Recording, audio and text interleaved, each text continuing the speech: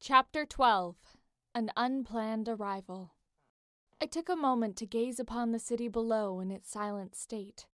I then tilted my head upward and blankly stared at the helicopter that was spinning out of control and dropping down, almost like a newborn bird learning how to fly, except one who hadn't succeeded.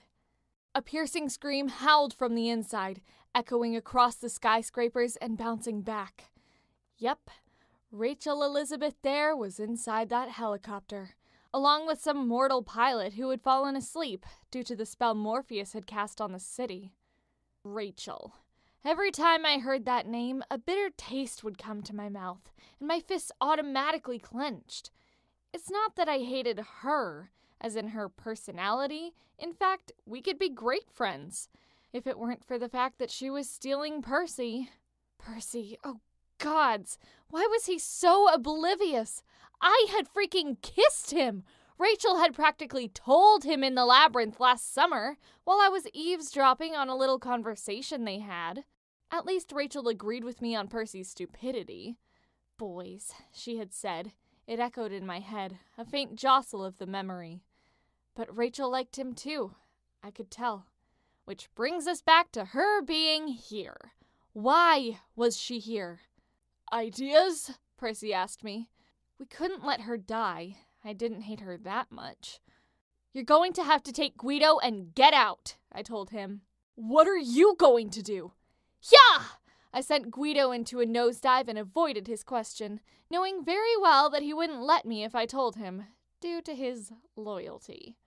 We zoomed toward the helicopter, and the spinning blades nearly hit Percy, but I yelled, "Duck!" And luckily, it only touched his hair. I tried to get the Pegasus Guido to stay alongside the helicopter. It wasn't exactly the easiest thing in the world, steering a Pegasus, if you know what I mean. I finally came in reach and had barely grabbed the door when I heard a huge smack from behind me.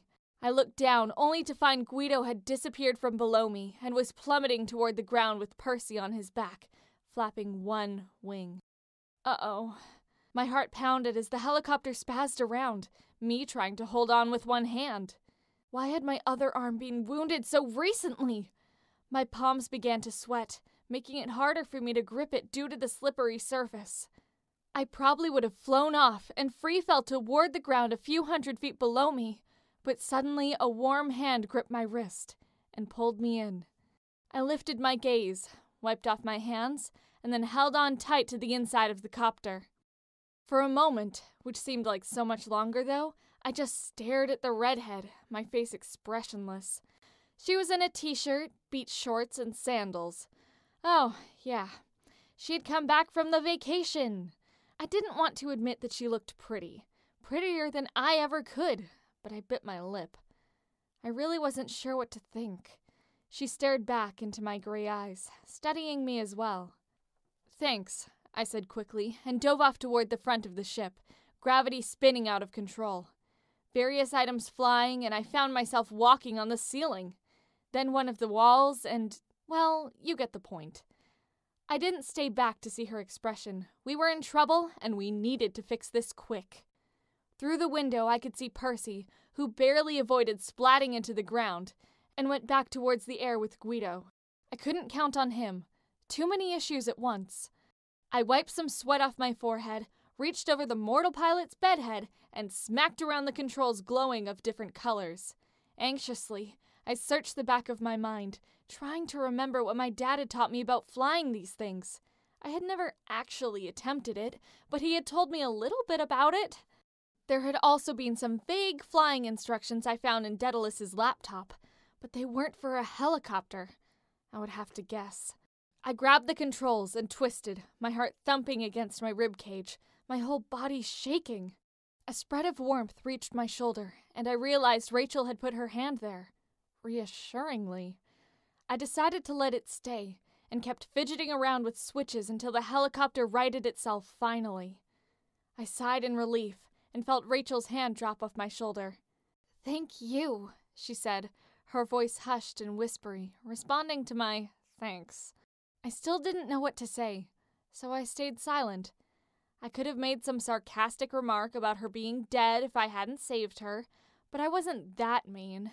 no matter how much I hated her. We finally landed, which broke a long, awkward silence, and Rachel grabbed the pilot and dragged him out the door and onto the street. Percy was luckily safe on the ground and waiting beside us. His deep eyes were swirling with different greens and wide open. He stared at me in awe. "I didn't know you could fly a helicopter."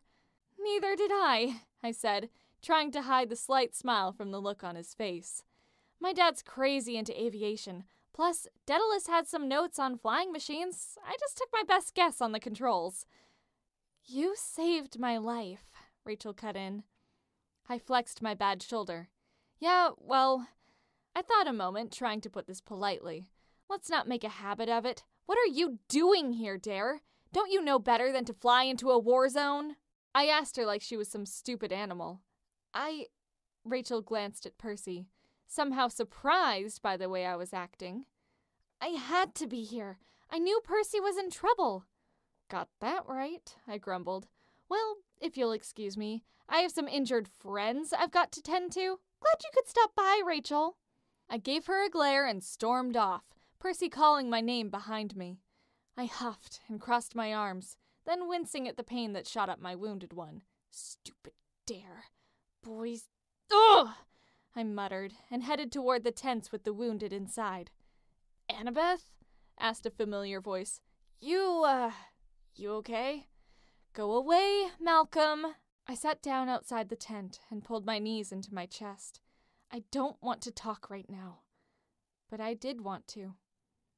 "Annabeth, I grew up around you. Don't you think I know what that means?" He gave me a half smile and plopped down next to me. I just sighed. "Okay, you win. I just don't like it that Rachel is here. Why does she always have to ruin everything? This is probably my last day with Percy. My last day to live, and she had to be here? Ugh, she just makes a mess of everything, you know? Maybe Percy would have talked to me about that stupid kiss anyway if she hadn't..." I stopped, realizing my mistake. Malcolm looked at me weirdly. "What kiss?" Never mind that." I was cut off by Thalia. "Wait, what? You kissed Seaweed Brain?"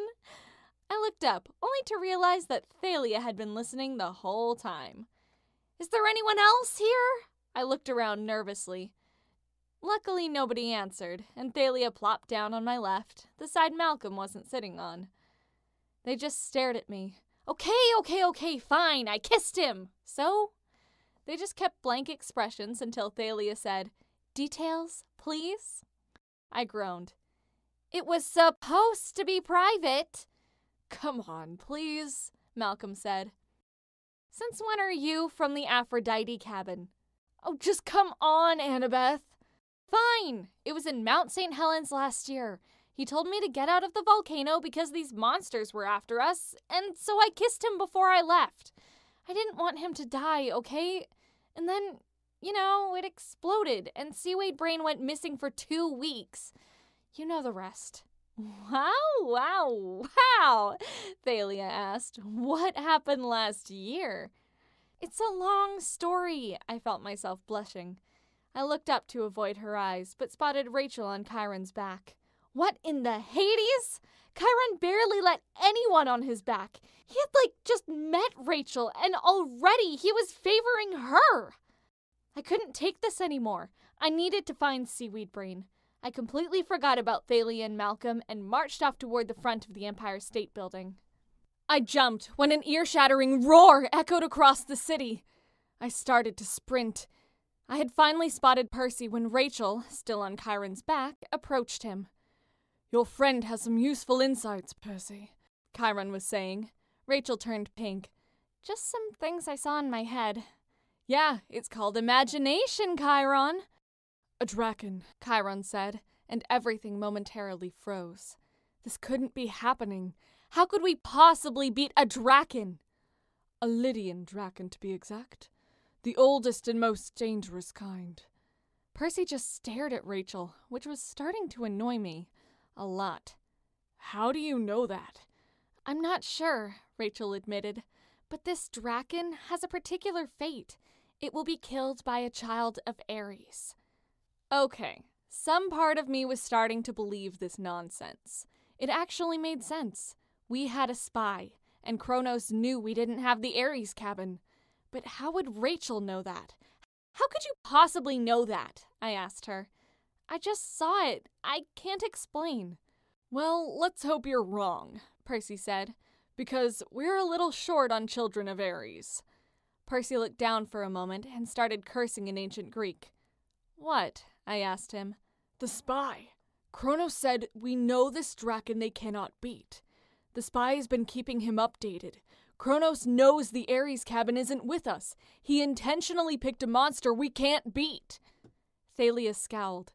Wait, when had Thalia gotten over here? I silently prayed that she wouldn't say anything about the kiss to Percy. If I ever catch your spy, he's going to be very sorry. Maybe we could send another message to camp. I've already done it, Chiron interrupted.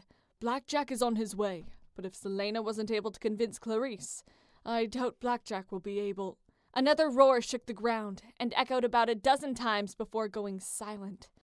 Rachel, Percy said, his voice sounding odd, get inside the building. I want to stay. Everything got dark as a shadow covered the sun.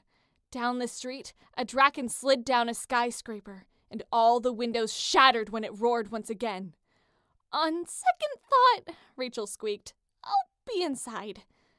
I wished I could go inside.